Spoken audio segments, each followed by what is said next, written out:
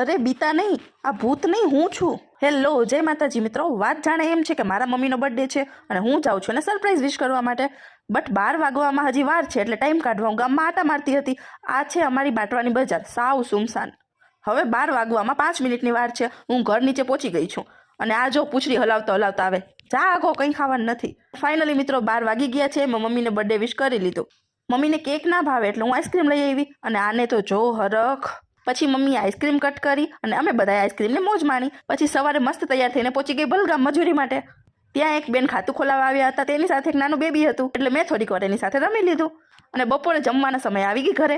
મમ્મીએ મસ્ત સમોસા બનાવ્યા હતા એટલે ધરાઈને સમોસા ખાધા અને થોડી વાર પછી નારિયેલ ખાધું. આજ આખો દિવસ મમ્મી સાથે જ સેલિબ્રેટ કર્યું અને સાંજે બહારથી પંજાબી શાક લઈ આવ્યા અને બધાએ સાથે બેસીને જમ્યું અને છેલ્લે સોડા પીધી. તો આજનો દિવસ અહીં પૂરો થાય છે. ફરી મળશું નેક્સ્ટ વ્લોગમાં. વિડીયો ગમ્યો હોય તો વિડીયોને લાઈક કરી દેજો અને મોર મિની વ્લોગ્સ જોવા માટે ચેનલને કરી દેજો સબસ્ક્રાઈબ.